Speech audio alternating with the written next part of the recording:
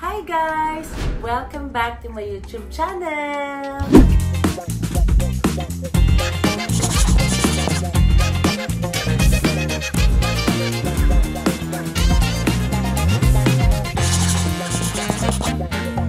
So for today's video guys, dumating kasi yung mga parcel ni Mama Marie. So mag-unboxing na naman tayo ng parcel at ipapakita ko sa inyo kung ano yung mga in-order ko. Of course, syempre kailangan natin magpatuloy sa pag-hoard ng kung ano-anong ikakaligaya ng ating eyes na swak lang sa budget.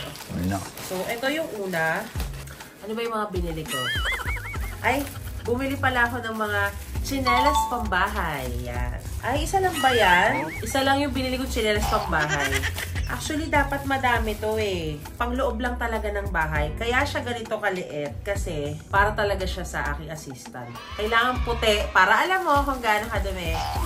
So, ito yung mga additional na pinagbibili ni Mama Marie.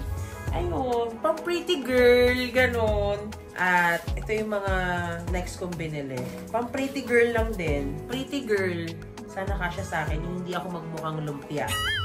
Na pinilit ipit-ipitin. Tapos, bumili din ako ng mga socks. Yan. Mga ganito lang. Para meron lang akong pang-additional. Hindi ko na kasi makita guys yung iba kong medyas.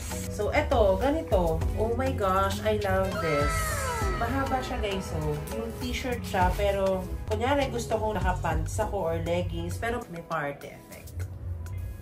Yan. Okay, ano pa ba yung next? Guys, talaga, gusto ko soon, kahit nasa bahay lang ako, para akong nakapang-alip. Pretty girl.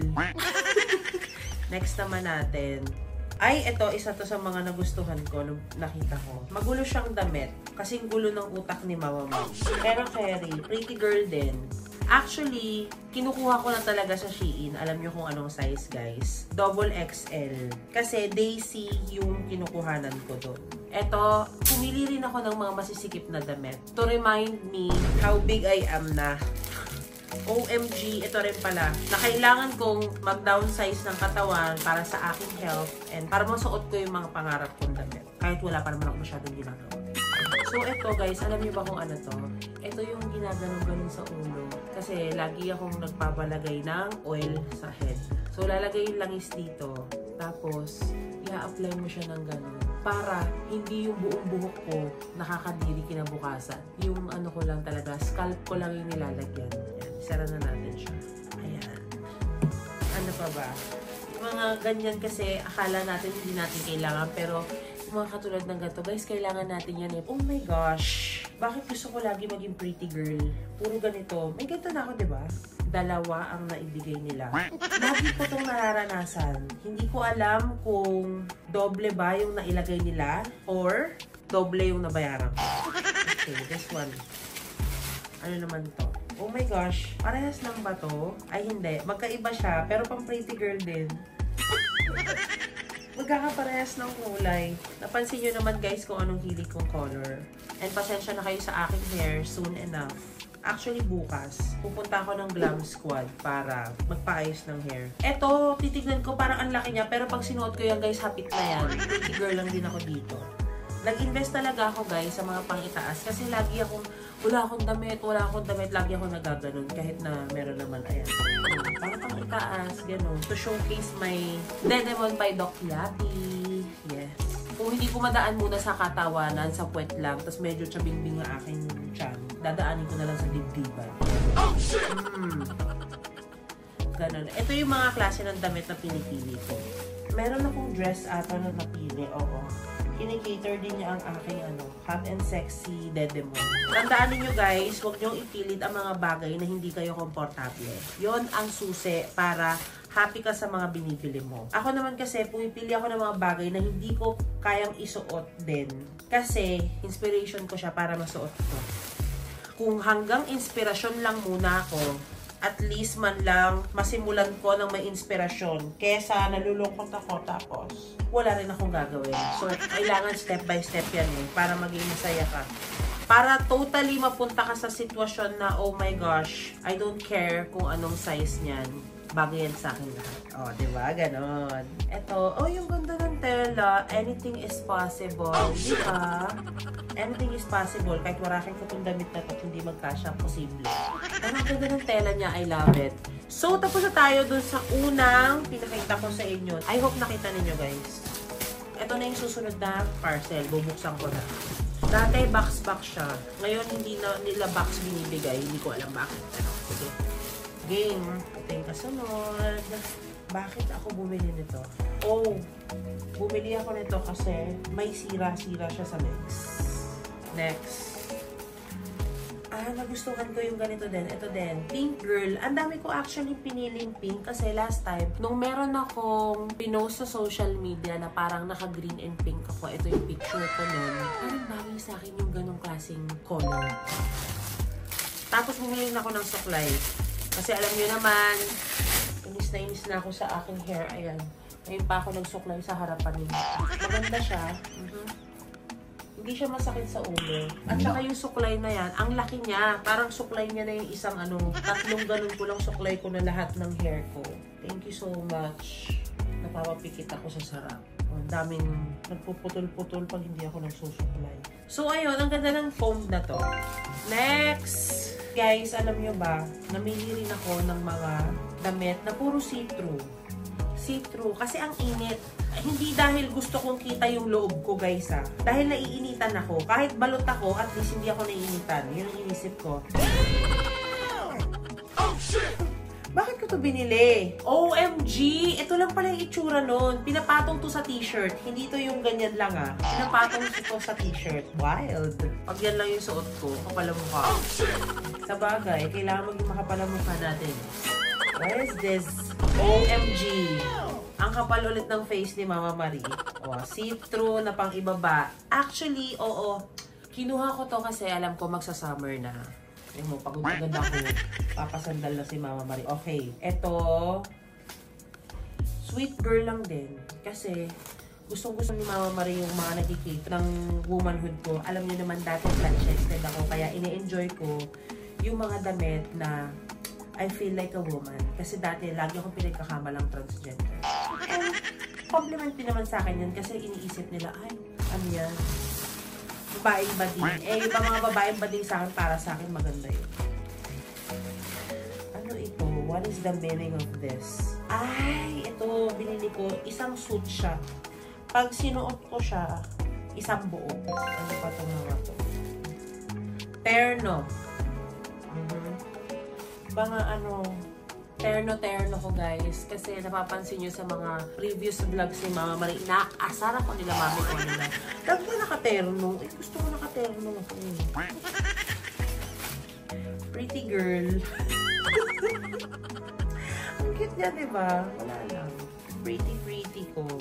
Dapat lagi mo yung sabihin sa sarili mo na you are pretty. You are one of a kind. Ito na. Ang dami dati nag-comment sa akin na, saan mo binibili, Mama Marie, yung mga paganyan mo, mga pa-eksena mo ganyan? Alam nyo na, guys, kita nyo na dito. Pagwasa ka ng damit ni Mama Marie, ganyan. Sa Shein ko lang din binibili. Next. Tuwa talaga ako sa mga, daisy na mga t-shirt. Ang ganda niya. Diba? Ang soft ng tela niya kasi maluwag. Kaya kahit mamili ka ng large, tas pumayat ka. Kasi XL ako mamili, at saka double XL. Pag ganyang large, okay pa rin. Kasi mag-fit pa din sa'yo. Ayan. Mga ganyan. Ito, mga sizes na to, mga malalaking klaseng ganito. Sa mga curvy women na ako nagtingin. Next pa. And this one. Ang cute niya. May pa-butterfly. Nakaka-emphasize. Ako, marami kasi akong pang ibaba na hindi ko nasusuot. Puro pang itaas na usually yung binibili ko kasi I can match things sa black. Anything black pang ibaba or brown or kahit anong kulay. Kahit ano yan, pwede. Basta mga pang-bagets lang yun. So, sinabi ko sa inyo kanina na gusto ko na talaga ng pink color. Ang ganyan. Pang pretty girl lang naman. Parang feeling ko, I don't feel pretty. Sa mga panahon na yan, pag suot ko yan, yan na. Siya na yung magsasabi sa akin na ako ay pretty girl. Tapos, bumili ako ng mga ganito. Dahil magsa-summer. Masakit agad yung likod ni Mama Marie pag umuupo ako ng matagal na. Ito ulit. Pang mga pubay. Alam ko, parang meron akong ganitong color, pero bumili ako ulit. Kasi iba yung style niya. Nakakalungkot guys, no, kapag feeling nyo, ala, ito ulit yung ano, isipin nila pa ulit-ulit. Okay lang yun guys. Kasi isipin nila pa ulit-ulit yung damit nyo. Ito, sa isa to. I like this. Diba? Ang ganda. Maluwag lang siya. So, meron pa tayong dalawa. My gosh. Ano yung mga yan? Yan. Gaya nga ng sinabi ko sa inyo guys, mainitin ako. Kaya, puro citro yung pinagsusuot ko na pang itaas. Ito pa. Yung mga ganito. Mga pa-t-shirt na may pa ganyan-ganyan sa dibdib. Okay. Meron pa ba akong hindi buksan? Ito naman next. Ayan. T-shirt siya na ganyan lang. Kasi may slit siya sa gilid. Minsan gusto ko lang naka-t-shirt ako na pa-dress dito sa loob ng bahay. Kasi naiinitan ako. Meron pa ba itong laman? Meron. Tali sa buhok siya kaipit. Dinamay ko na talaga ito guys kasi nakitan ako. Pretty girl ako ulit dito. So, ayan. Nakikita nyo guys. Cute! Diba? Tapos bumili ako ng tali. Next naman. Actually, alam ko, feeling ko nakisabay sa akin dito si Papa O. Wait lang. Open natin to. Ano kaya to? Bumili ako ng ano, hindi ko sure kung sa akin to.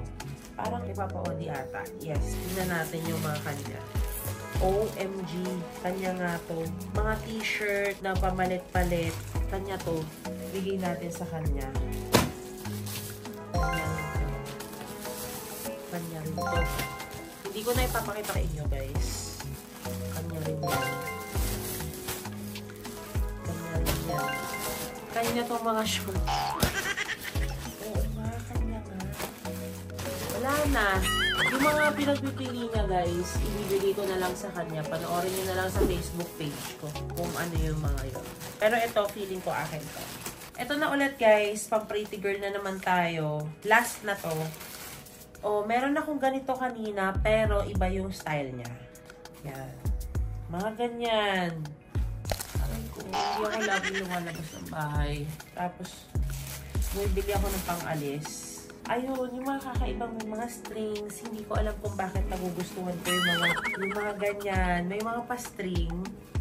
Ang cute. Parang naalala ko nung college days ko. Ito, maganda rin to. Alam nyo na, see-through. Kapag may mga strings, kasi usually, yung mga ganyang klaseng damit na nakikita ko before, ito puro pink to guys, napansin nyo. Sa mga Chinese ko nakikita, mga classmates ko dati nung nag-aral ako sa Bambang.